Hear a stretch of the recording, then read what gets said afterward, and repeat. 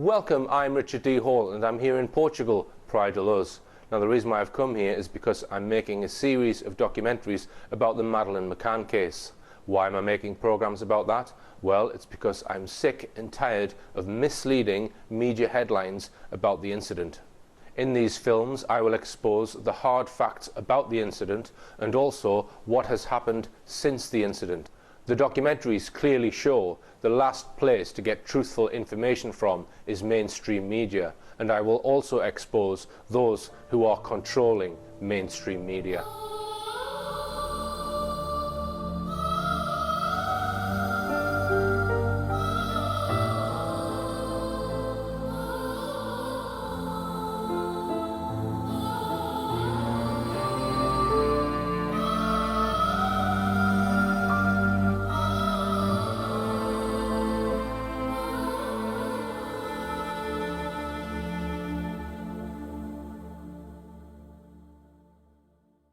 In our first two shows, we've examined some of the key statements made by the McCanns and their friends about what they insist was the abduction of Madeleine. We saw how there were numerous changes of story and outright contradictions. And we saw how the stories surrounding what was supposed to be the last time Madeleine was seen by anyone other than the McCanns, namely their close friend David Payne, was riddled with a series of clear contradictions. The accounts of this supposed visit, when Dr. Payne claimed to have seen all three children dressed in white pyjamas and looking angelic, were so at odds with each other that anyone would have had good reason to doubt whether this visit ever took place at all.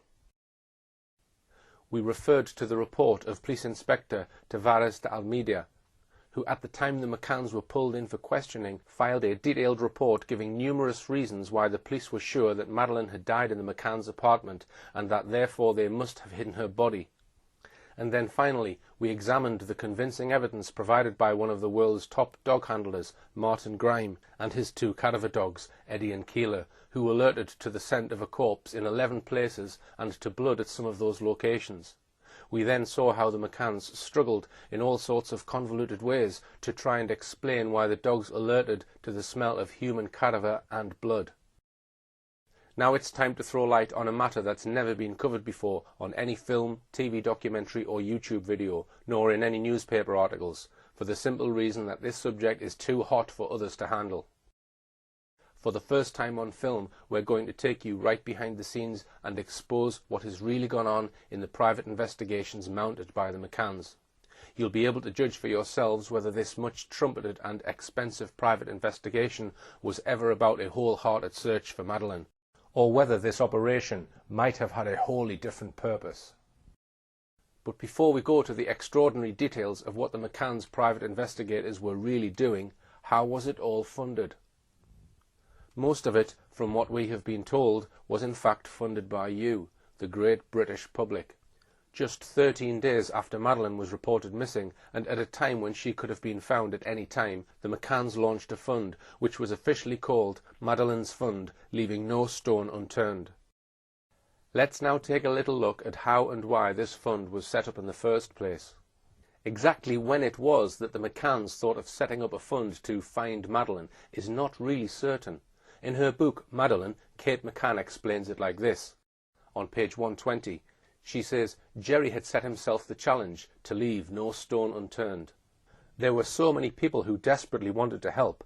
Jerry's call to arms spurred them into action. Then she says, Jerry McCann's sister, teacher Philomena McCann, sent a chain mail around the world asking every recipient to help find our little girl, followed by her claim that this led to a first conversation between Philomena and Callum McRae, a former pupil of hers and an IT whiz kid, about establishing a website for Madeleine. 4 pages on in her book, Kate introduces the shadowy group called the International Family Law Group. They appeared to consist of just a barrister who didn't give his name to the McCanns and a paralegal. Later, a third shadowy figure joined them from an organisation called Control Risks Group, who said, "Just call me Hugh." The barrister had apparently offered the McCanns help immediately he heard the news about Madeleine going missing. It was on Friday the 11th of May, barely a week after Madeleine had been reported missing, that these two men of mystery, the barrister and the paralegal, flew out to Praia de Luz. No one knows who paid for this visit, so we are invited by the McCanns to believe that this was the selfless act of a Good Samaritan. However, on page 125, Kate McCann does tell us a little more about this third figure. It transpired that he was a former intelligence officer, now a kidnap negotiator and counsellor. She then explains why the fund for Madeleine was set up. We had discussed the offers of help that were pouring in, including many financial pledges. One of Jerry's colleagues said his staff want to make a donation, but didn't know how or where to deposit it. The IFLG told us we needed to set up a fighting fund. They would devise the objectives of the fund and instruct a leading charity law firm, Bates, Wells and Braithwaite, to draw up articles of association. According to this account then, this fund for Madeleine was all somebody else's idea and recommendation. And so it was that just days later the organisation Madeleine's Fund, Leaving No Stone Unturned, was founded, and the McCanns began collecting what turned out to be millions of pounds, donated mostly by the ever-willing and generous great British public. In a moment we are going to examine how all that money has been spent, or perhaps, as I'll show, frittered away. It's important to emphasise that Madeleine's Fund is not a charity, although many people think that it is. It is in fact a private company, set up as a trust. And importantly, it is controlled by the McCanns and members of their family. The current directors of Madeleine's Fund are Jerry McCann, Kate McCann, Brian Kennedy, uncle of Kate McCann, Edward Smethurst, the McCanns' coordinating lawyer and a top Freemason, John Corner, close family friend of the McCanns and Madeleine's godfather, and Michael Linnett, family friend and accountant, member of a secretive Catholic Masonic society, the Catenians. What was the original purpose of this fund, though? The honest answer is that it was intended to be a fighting fund to meet legal expenses. In other words, from the get-go it was intended to provide funds for the defence of the McCanns. Just 10 days after Madeleine had been allegedly abducted, and could still have been found alive, why would the McCanns be thinking of needing a legal fighting fund? It was a relative of theirs in the same village, Kate McCann's uncle, Brian Kennedy, who gave the game away in a TV interview in the village. But I'm joined now by Madeleine's great-uncle, Brian Kennedy, and he's going to tell us about the Fighting Fund. What's been the public's response to it, Brian? Well, it's been very good so far, but a lot of people have said they're not quite sure how they can give money, so may I tell them? Yes, very briefly. Right, very briefly. You can go into any branch of the NatWest or the Royal Bank of Scotland and just say that you would like to make a contribution to the Madeleine Fund. But tell me, Brian, about all the people that have been coming up to you today, just literally stuffing money in your hand. Yes, they have. It's very touching, very touching. I would just say this is not an appeal. The family haven't made an appeal. We've just set up a mechanism for people who said they wanted to do something and contribute, so that the money can be used for all sorts of reasons, but probably mainly for legal expenditure. That was an honest answer. The McCanns already knew or sensed that they would be needing top-line solicitors and barristers. And indeed, over the past 7 years, the McCanns have had legal help worth an estimated £4 million or more. Here's a list. They have spent 5 years trying to claim £1 million damages from Dr. Gonçalo Amaral, the coordinator of the initial investigation into Madeleine's disappearance, and attempting to ban his book, The Truth About a Lie. They spent nearly £400,000 silencing retired solicitor Tony Bennett with a libel action after he wrote 2 books on the case. And they've spent a small fortune on legal advice from a series of top solicitors and barristers who have advised them in relation to their having formally been declared suspects in the disappearance of their own daughter and the risks of being extradited to Portugal to face charges. But very soon the message was changed. The fund was not to be used for legal expenses, apparently. Instead it was to be used to find Madeleine, and they launched a major Look for Madeleine campaign. How much the McCanns have raised in the way of donations and other contributions to their fund is shrouded in mystery. Equally unclear is exactly how all the money has been spent. Although the Madeleine's Fund directors have produced annual reports, as required by company law, these are very opaque. Dublin-based accountant Enid O'Dowd has written a major analysis of the fund, titled Madeleine's Fund, Review and Investigation of Accounts. Enid O'Dowd's report shows that the company only complies to the bare minimum with legal requirements and does not show a detailed breakdown of where the income has come from and on what it's been spent. and this despite the McCanns' claim that they wanted their fund to be transparent.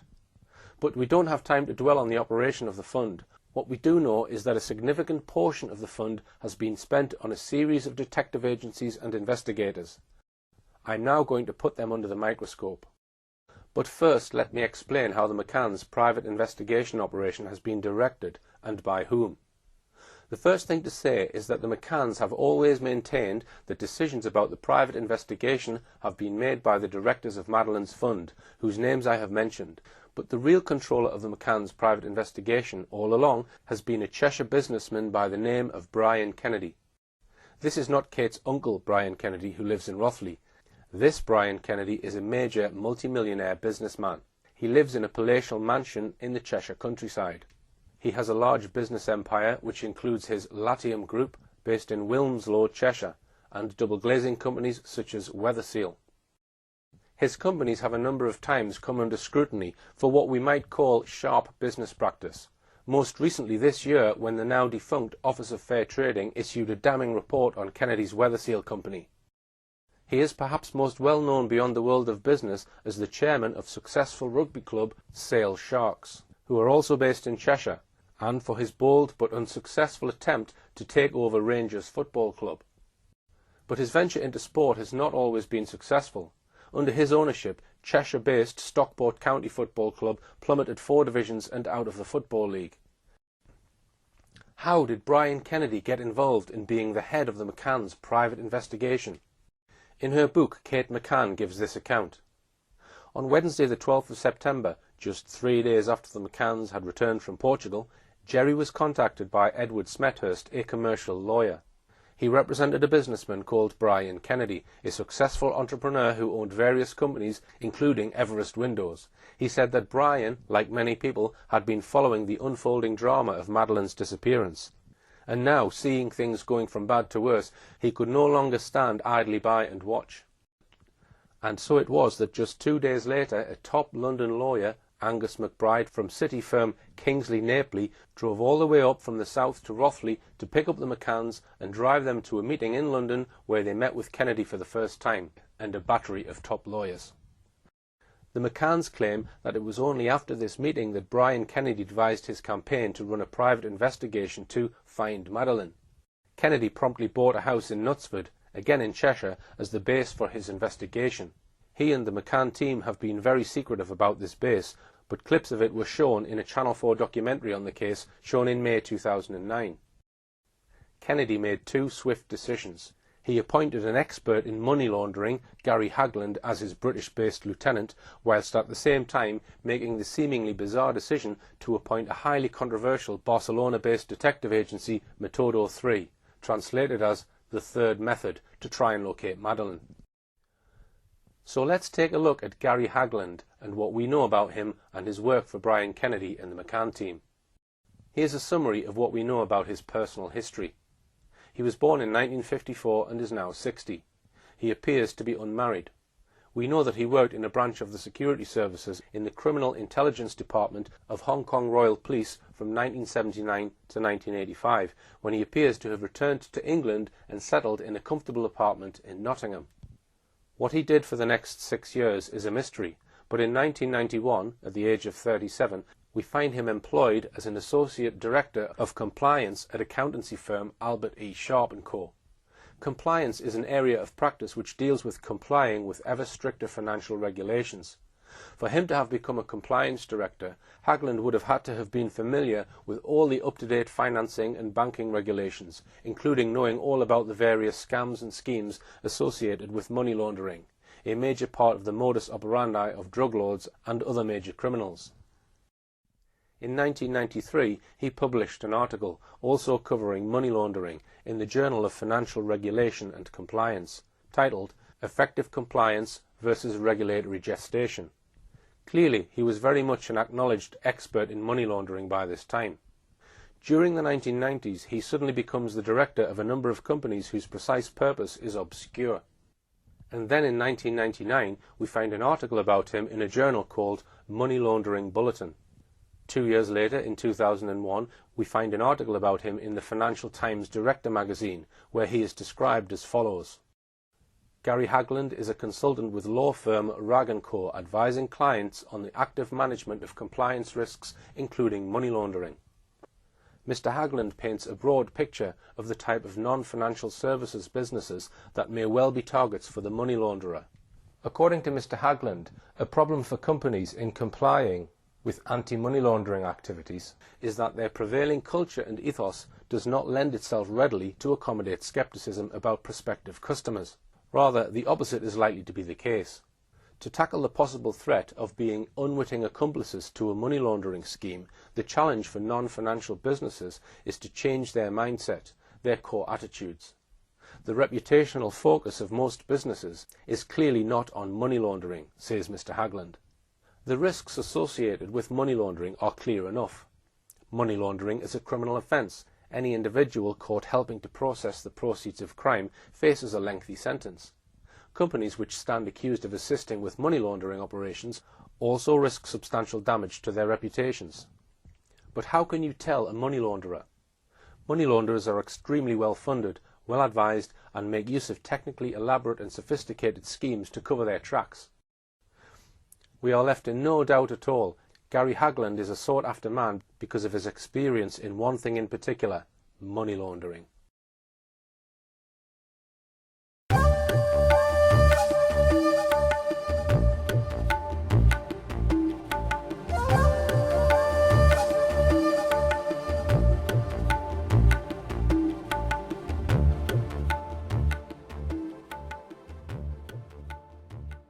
So why was it that in September 2007, or maybe even before then, that Cheshire businessman Brian Kennedy hired Hagland as his right-hand man and his liaison officer with the controversial Spanish detective agency Metodo 3? Was it because he had any sort of track record in tracing and finding missing children? Clearly not. Why hire a man who is an acknowledged expert in financial compliance to look for a missing child?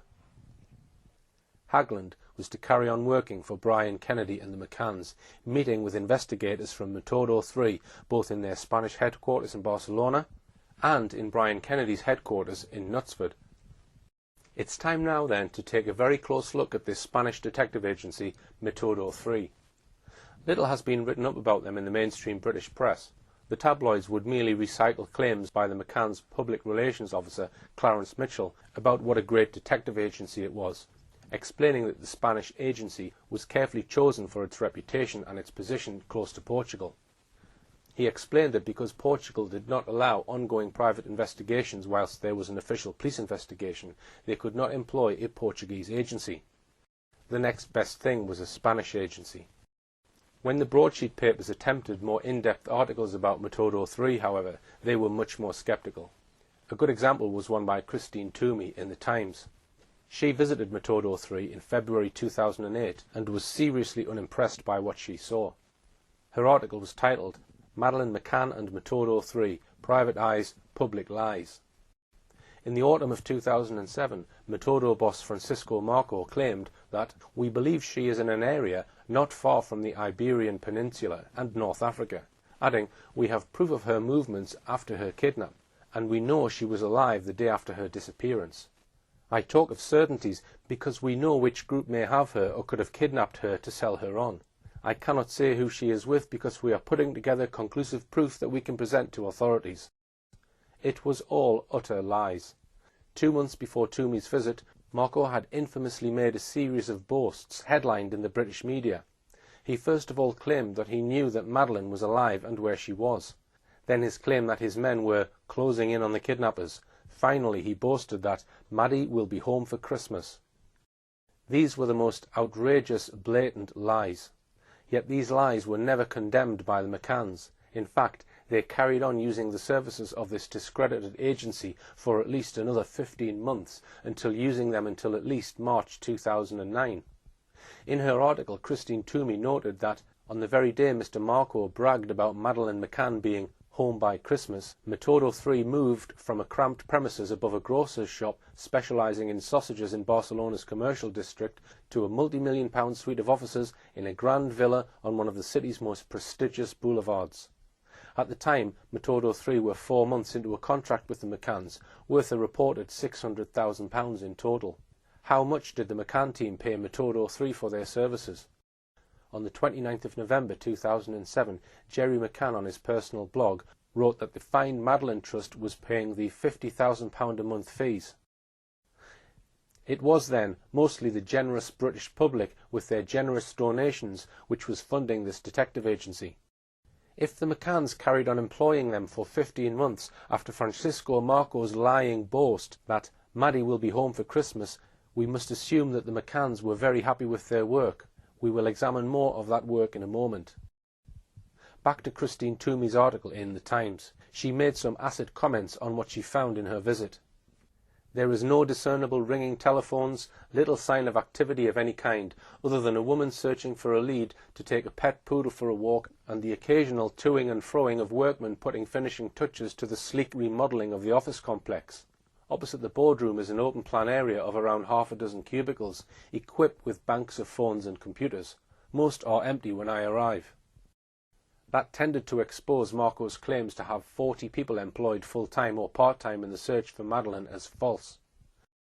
The British press at the time, however, simply printed this unlikely claim without questioning it. Toomey went on to observe how defensive Metodo 3 were about their involvement in the search for Madeleine. Speaking to the boss, Francisco Marco, and his cousin, José Luis, she received this stern warning from Luis: "We don't answer any questions about Maddie. Maddie is off limits. Is that understood?" She continued, "After talking to Marco for half an hour, I concluded that what motivates him, as much as, if not more than his professed desire to present Madeleine with the doll he boasts he carries around in his briefcase to hand to her when he finds her, is a sense of self-regard, self-publicity and money." She added that before its involvement in the Madeleine McCann case, Metodo 3 specialised in investigating financial swindles, industrial espionage and insurance fraud. Money laundering was another of its areas of expertise. There is no evidence that Metodo 3 had any experience whatsoever in searching for, let alone finding, missing children, though they had made a completely false claim to have located 23 children. Toomey describes how her interview with Metodo 3 ended. When I ask Marco to elaborate on the 23 missing children he claims his agency has located in the past, Marco eases himself away from the table for the first time, tilting far back in his chair. He cannot talk about that on the grounds of confidentiality, he says. Shortly after this, his cousin José Luis, who has sat mostly silent until now, calls time on the interview with a chopping motion of his hand. It's clear that Metodo 3 had a very controversial history. One journalist who investigated them by visiting Barcelona spoke to the police and other reputable detective agencies there. All of them, without exception, described Metodo 3 as a disreputable, dodgy, rogue agency. One Spanish private investigator told the Daily Mail, "Metodo 3 have portrayed themselves as the best investigators in the world. The truth is, they are nothing of the sort. Their murky background is riddled with controversy."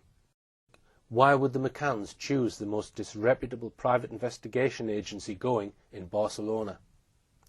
Metodo 3's boss, Francisco Marco, was described by leading Portuguese criminologist Mr. Moita Flores as a crook, and indeed last year Marco was arrested and charged with spying on a leading Spanish politician by illegally recording her private conversations in a restaurant. It caused a major scandal in Spain. Also arrested with him was his colleague Julian Perebenez, one of Metodo 3's men most involved in the Madeleine McCann case. He soon admitted his guilt, having confessed to planting illegal bugging devices in the restaurant. When spotted by TV cameras walking side by side with the McCann team's private investigation head Brian Kennedy and Pride of Luz, he was keen to avoid them. Many of the Metodo 3 detectives were once arrested in a phone-tapping scandal linked to leading politicians and businessmen. 5 senior members of Metodo 3, including Francisco Marco, were held in 1995 amid claims of industrial and political espionage, with Marco's mother, Martina Fernando Lado, 57, who founded the agency in 1985, being led away in handcuffs. She was arrested as she handed a client a cassette containing an allegedly illegally phone-tapped conversation. At the same time, police raided Metodo 3's Barcelona offices, seizing handguns, ammunition, listening equipment, cassettes and transcripts of illegally taped phone calls. Subsequently, Mrs. Lado was found to have made phone calls offering a telephone tapping service for a fee of around £20,000. Mrs. Lero's husband, Francisco Marco Poilo, and Marco's brother, Francisco Gabriel Fernandez Lado, were also arrested. Also, Sergio Sancelestino, an employee of Spanish telephone company Telefonica, was suspected of illegal phone tapping and was proved to have close links with employees of Metodo 3. Amazingly, the prosecution of Metodo 3 was inexplicably dropped. None of them were convicted at that time for their alleged illegal phone tapping and firearms crimes. Not long after Christmas 2007, the McCann team nearly suffered another major embarrassment when their lead investigator on the Madeleine McCann case, Antonio Gimenez Razo, once described as Metodo 3's detective in charge of special operations, was arrested on serious criminal charges. They only escaped embarrassment by some clever spinning of their chief public relations officer, Clarence Mitchell. Antonio Gimenez Razo was soon afterwards charged, along with his twin brother, with stealing 400 kilograms of cocaine, nearly half a ton, from an illegal shipment of 1,500 kilograms said to have been worth £25 million on a ship coming from Venezuela. He was also charged with breach of trust, misconduct in a public office, that is, corruption, corruption of public officials and illicit criminal association. The alleged offence occurred in December 2004 and involved what a court was later to describe as an exceptionally violent and ruthless criminal gang involving at least 27 individuals. It emerged that Gimenez Razo had until December 2004 worked as a chief inspector in the Drugs and Organised Crime Unit for the Barcelona Regional Police. He had left the police under mysterious circumstances just when an internal investigation was looking into how those 400 kilos of cocaine had disappeared. He then went to work for the controversial Metodo 3 detective agency in August 2005, joining the McCann's team's private investigation 2 years later. He spent the next 4 years in jail, remanded in custody. After a long process of investigation, during which the criminal gang tried various means, including making violent threats to the prosecutor to disrupt the matter coming to trial, and then try to wreck the trial itself, Gimenez Razo was lucky to escape without punishment, as his active participation in the work of the gang could not be proved. But the judge admonished him sternly, telling him that as a former senior police officer he had become far too close to the gang members.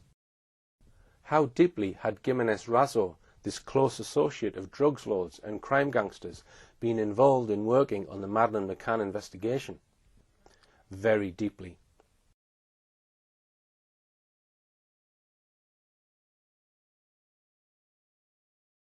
It has now become clear that an early suggestion of the McCanns was to suggest to the world that Madeleine had been stolen to order by a wealthy North African family and was probably in Morocco.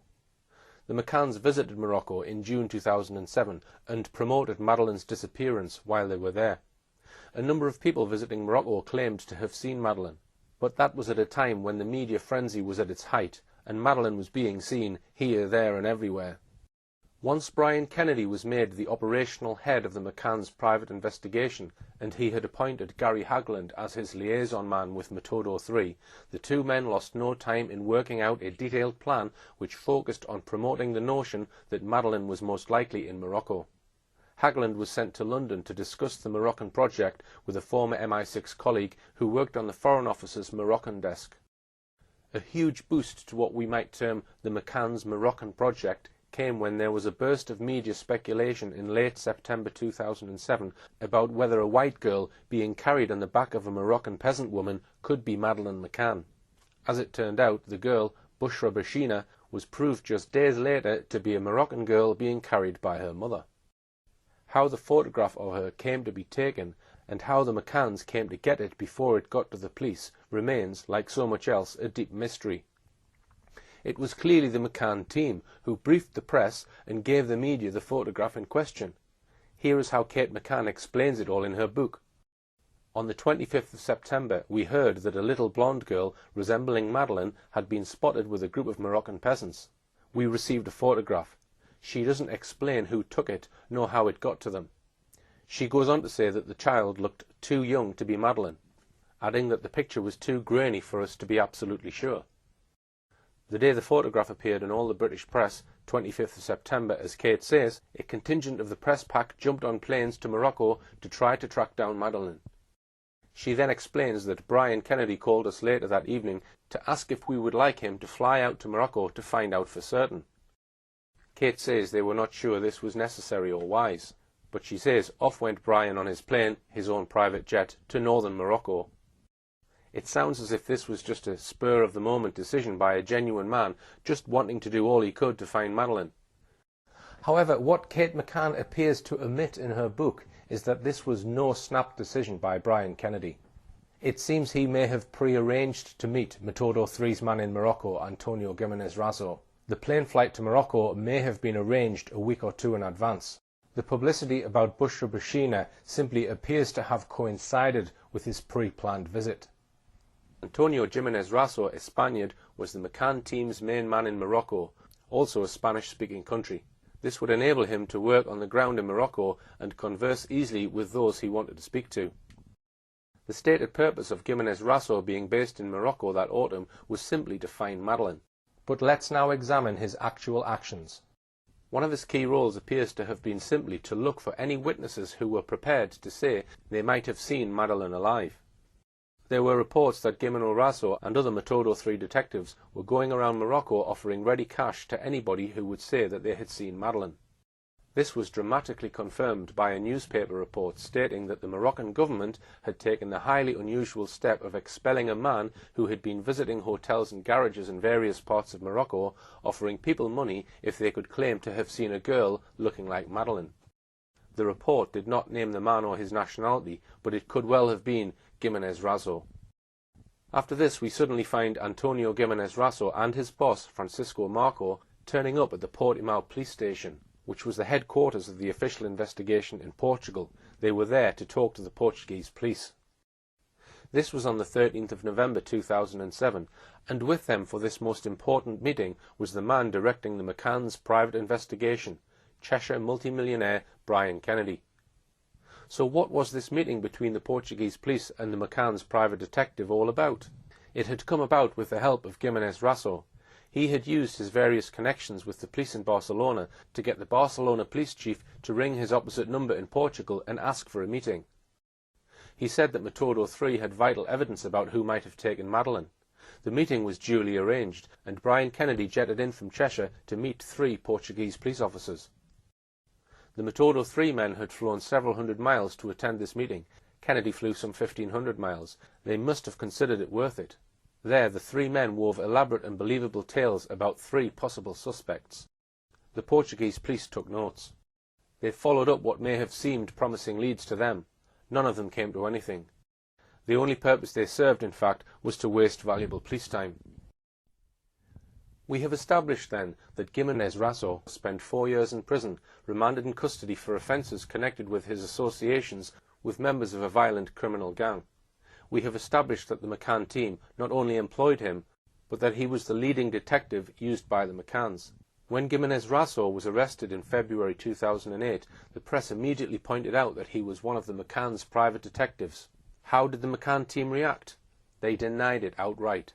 Their spokesman, Clarence Mitchell, said, "He is not one of our team."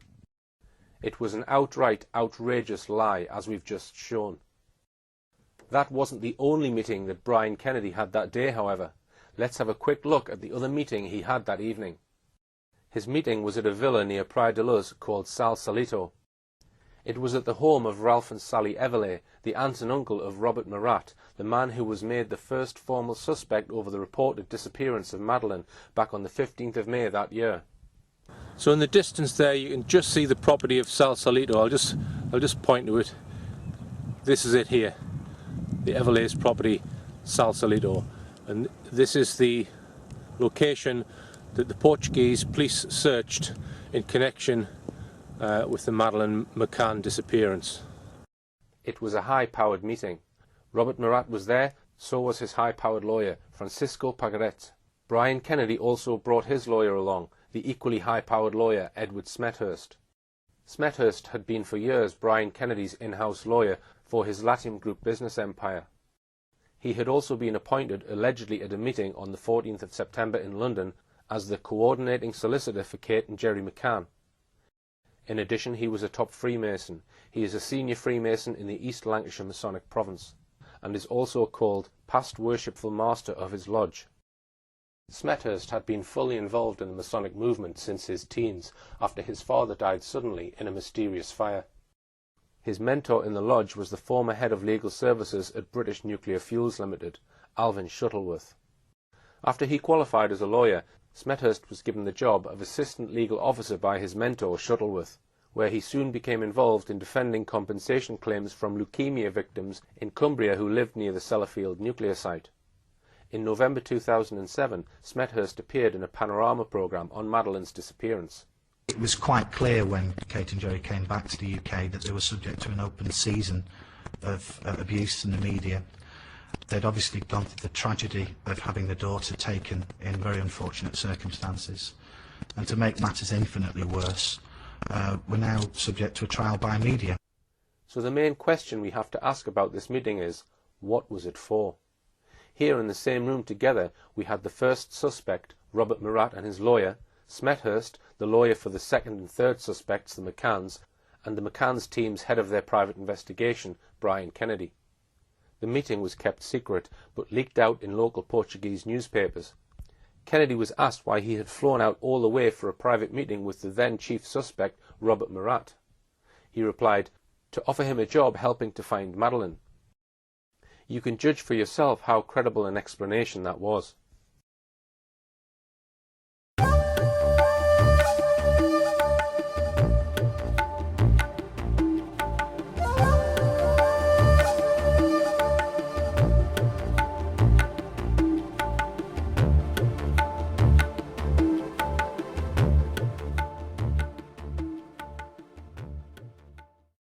But we must now move on to examine the role of Antonio Gimenez Raso and his boss, Francisco Marco, in another very bizarre and disturbing set of events.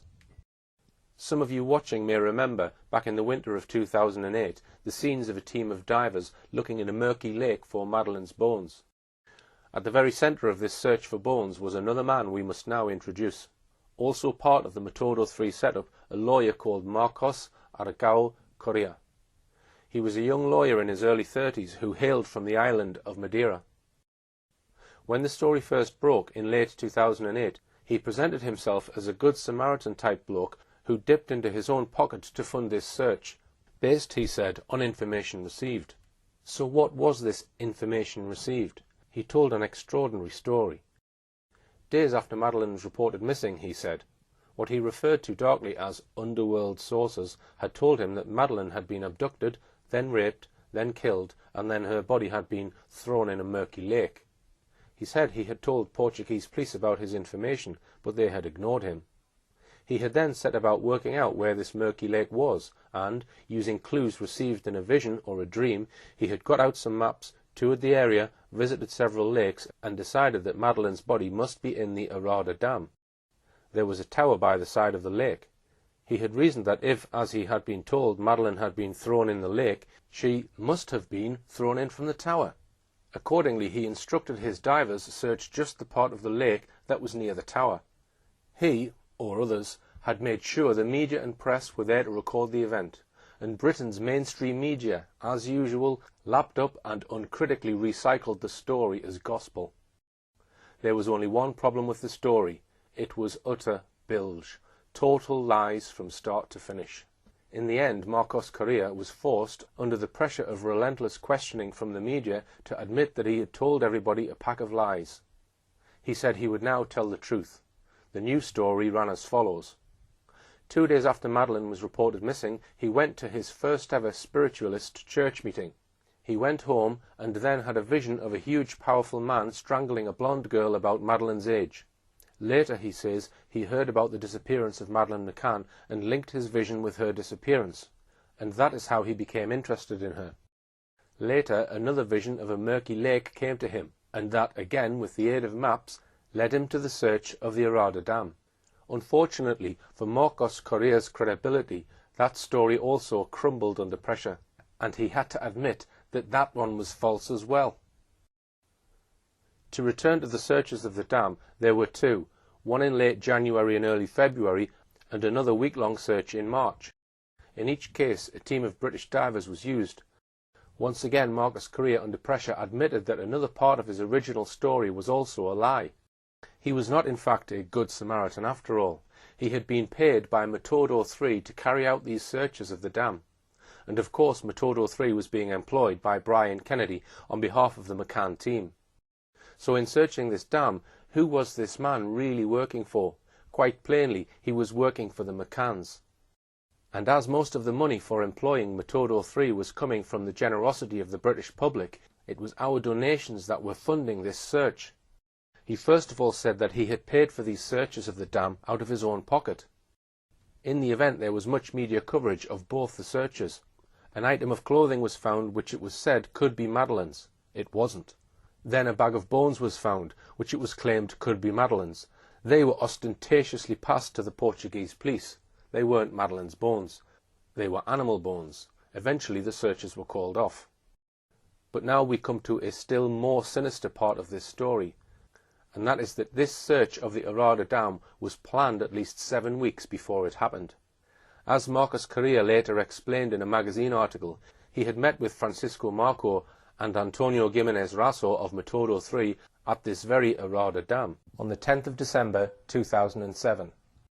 This may have been the very first time that Marcos Correa had been introduced to the two Metodo 3 investigators.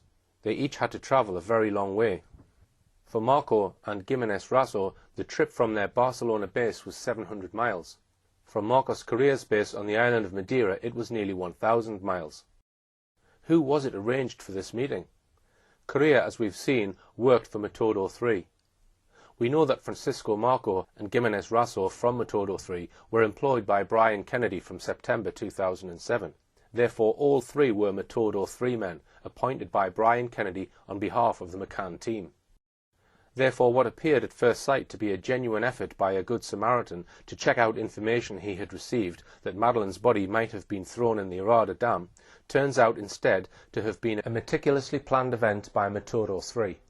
And in funding this search, with the help of donations from the British public, they were relying, we now find out, on a man who lied through his teeth not once, but twice, about how he came to be interested in what really happened to Madeleine. The more you peer into the events and people behind this search for bones in the Arada Dam, the more it has every appearance of being just a plain stunt designed to grab front-page coverage in the British press. We have to ask, why did the McCanns do this? What was the whole purpose of this exercise? Why did three people employed by the McCanns travel a total of thousands of miles to meet at the dam in December 2007? And why, when news of the search broke in late January, were the British public not informed about the lead-up to this search? Before we leave the subject of Metodo 3, I should just mention that its boss, Francisco Marco, was also involved at the same time as he had the Madeleine McCann contract in a major agricultural scam. This was exposed on the 2nd of February 2009. The case involved embezzlement and money laundering. That was hardly surprising, given Metodo 3's record in involvement in money laundering. Basically, the Catalan regional government had commissioned and paid for a large number of expert reports. But these reports, said a state prosecutor, had no purpose or interest. One of the most blatant examples was the payment of Metodo 3 of nearly £30,000 for a wholly unnecessary socio-economic inquiry on hazelnut farming. The Clean Hands Collective, which campaigns against corruption, found out that the socialist agricultural advisor, Joaquim Lina, had asked Metodo 3 to carry out a hazelnut inquiry. But Metodo 3's report was found to be merely a cut-and-paste job from an internet report on the hazelnut industry in a regional magazine, El Confidencial. In other words, Metodo 3 had got £30,000 for doing nothing of real value. In March 2008, the McCanns ceased using Metodo 3 full-time, but retained their services on a part-time basis. It's time now to look at the extraordinary person the McCanns and Brian Kennedy now put in charge of their search for missing Madeleine. It was a company with the grand title of Oakley International. When news that Metodo 3 had been replaced leaked out in the press, the McCann spokesman Clarence Mitchell described them as the big boys of international private investigation. Once again, the British mainstream press simply reproduced this claim without bothering to look behind it. In fact, Oakley International was basically a one-man band, run by an Irish fraudster and conman, Kevin Halligan. Also involved with him was ex-MI5 friend Henry Exton.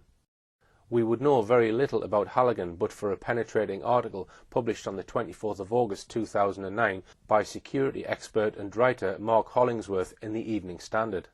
These were the main facts that he revealed. Brian Kennedy and the men he employed, such as Metodo 3 employees we've looked at, scared off witnesses, talking to them so aggressively that some of them later refused to talk to the police, wasted funds and raised false hopes. Brian Kennedy and his son Patrick had to be questioned by Portuguese police after attempting a rash 24-hour stakeout of a house where they thought Madeleine was being held. She wasn't being held there. The relationship between Metodo 3 and the Portuguese police then completely broke down. Kennedy's investigators had little experience of the required painstaking forensic detective work. In his article, Hollingsworth noted that Exton had once worked for MI5 but was sacked after being arrested, caught leaving a tax-free shopping area at Manchester Airport with a bottle of perfume he had not paid for. He accepted an official police caution. As for Kevin Halligan, Hollingsworth was damning. Halligan used a variety of names. Indeed, when he met the McCanns, he told them his name was Richard Halligan. He falsely claimed to have worked for GCHQ and made other false claims and extravagant claims about himself. In 2006, the year before Madeleine went missing, he secured a contract with Dutch firm Trafigura. They had dumped toxic waste in a landfill site near Abidjan, the main city in Ivory Coast, causing severe physical illness to hundreds of people living nearby. The government had imprisoned some of Trafigura's executives. Trafigura appointed Halligan on a lucrative contract to help with negotiations to release its executives. He failed, meaning that Trafigura had to pay the eye-watering sum of around £125 million to secure the release of its executives. As Hollingsworth pointed out, Halligan made a fortune from Trafigura and was suddenly flying everywhere first class, staying at the Lansborough and Stafford hotels in London and the Willard Hotel in Washington, D.C. for months at a time. He then went on to describe what Halligan was doing when he was supposed to be working for the McCanns. He actually only worked for them for 4 months, as his 6-month contract was terminated early. During this time he was paid the sum of £500,000 plus expenses. It was a daily rate of about £6,000 a day. On top of that, his first month's expenses claim was nearly £50,000. Yet he had absolutely no experience in tracing and finding missing people. During the Madeleine investigation, says Hollingsworth, Halligan spent vast amounts of time in the Hey Joe bar in the basement of the Abracadabra Club near his Jermyn Street office. Armed with a clutch of unregistered mobile phones and a BlackBerry, the bar was in effect his office. He was there virtually the whole day. He had an amazing tolerance for alcohol. When not imbibing in St. James's, Halligan was in the United States. On the 15th of August 2008, at the height of the McCann investigation crisis, he persuaded Andrea Hollis, a former US Drug Enforcement Agency official, to write out an $80,000 check to Oakley in return for a 10% shareholding. The money was then transferred into the private accounts of Halligan and his girlfriend, Shirin Trakitis, to finance a holiday in Italy. Halligan later faced a $6 million lawsuit in Virginia concerning an allegation that he repeatedly and systematically depleted funds from Oakley's bank accounts for inappropriate personal expenses. He faced a further £1.4 million damages claim from Mark Aspinall, a lawyer who had worked closely with him. He had invested £500,000 with Halligan's Oakley International Company and lost the lot. Hollingsworth added that numerous employees, specialist consultants and contractors hired by Halligan had not been paid, adding that some of them now face financial ruin. Hollingsworth concluded his article by telling us that Halligan was now on the run from his numerous creditors and various law enforcers. It was in October 2009 that a sharp-eyed lady recognised Halligan's face from a photograph in the press. He had been spotted staying at the £700 a night Oxford Hotel with his then-girlfriend. The police bundled him into a van and put him in Belmarsh top security prison. He fought extradition for 3 years, finally being removed to the US, where he pleaded guilty to serious fraud offences. He served a total of 4 years in prison. Once again, we must ask, why did the McCann team turn to an out-and-out fraudster like Kevin Halligan, who had no ability or experience in tracing missing people?